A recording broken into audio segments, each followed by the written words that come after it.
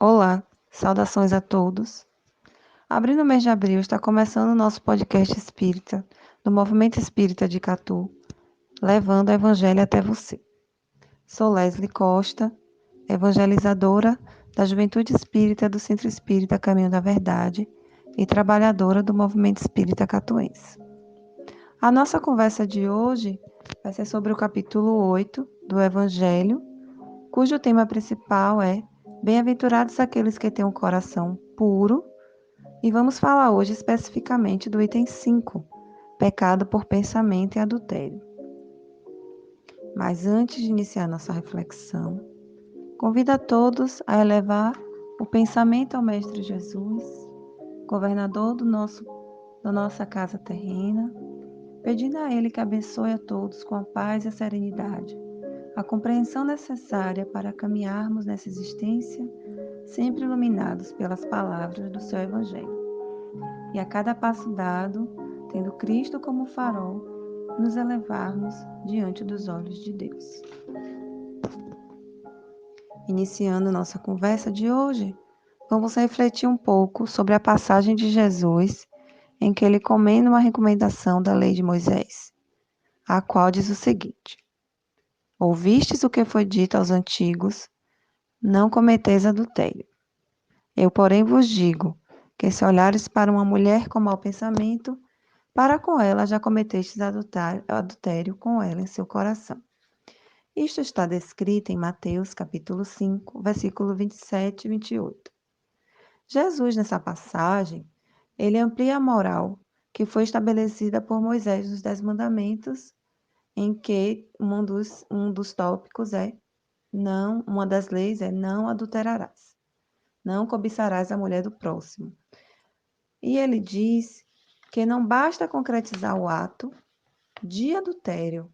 É importante não pensar nele, pois se assim o fizermos, já estaremos cometendo o mal.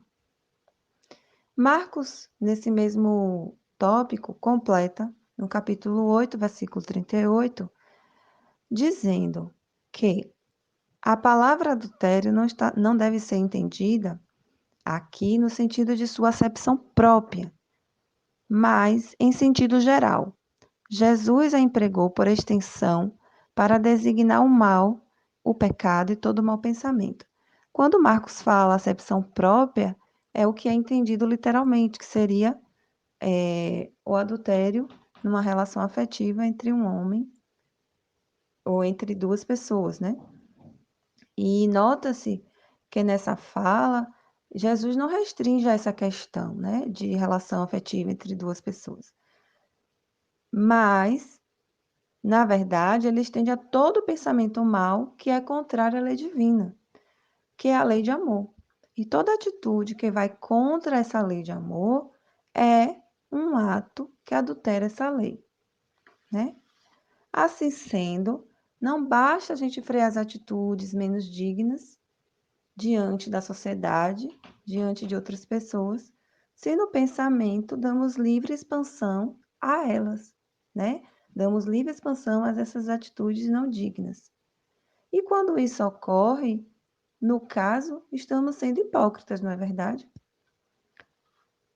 O espírito codificador, continuando nessa questão do evangelho, ele pergunta se sofremos consequências de um pensamento mau não seguido de seu efeito.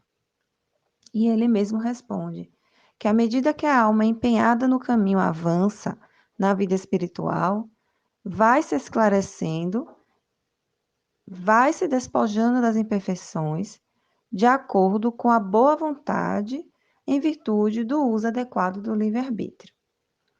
Ele prossegue dizendo também que todo mau pensamento é resultado da imperfeição da alma. Mas, se tivermos o desejo de nos depurar, com exercício de repelir a cada momento esses maus pensamentos que brota dentro de nós, de nossos pensamentos, de nossa mente, ainda de todos nós, né, que ainda estamos nesse estado evolutivo, nesse planeta ainda em que a grande maioria são de espíritos imperfeitos, vamos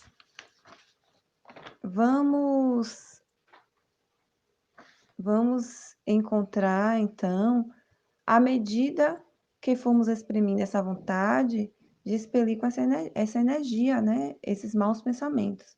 Aos poucos, não cederemos mais à vontade de satisfazer o mau desejo. E depois de ter resistido, vamos nos sentir mais fortes, vamos nos sentir mais alegres e vamos nos sentir vitoriosos. Então, à medida que formos evoluindo, que formos nos depurando, que formos não dando vazão a esses maus pensamentos, significa que a gente está não cedendo a essa vontade e que estamos, e ao perceber que a gente consegue frear esses nossos pensamentos, a gente se sente vitorioso. Concluindo a nossa reflexão sobre o pecado por pensamento, o Evangelho continua dizendo que a pessoa que não concebe o pensamento do mal, o progresso já está realizado. Então, a pessoa que já não pensa o mal, a pessoa já progrediu, já está numa escala evolutiva melhor, né? Naquele que ainda vem o pensamento mal, mas o repele, o progresso está em vias de se cumprir, né? Então, a pessoa pensa, mas consegue repelir, já está vigiando esse pensamento, então já percebe, já consegue tirá-lo da sua mente, né?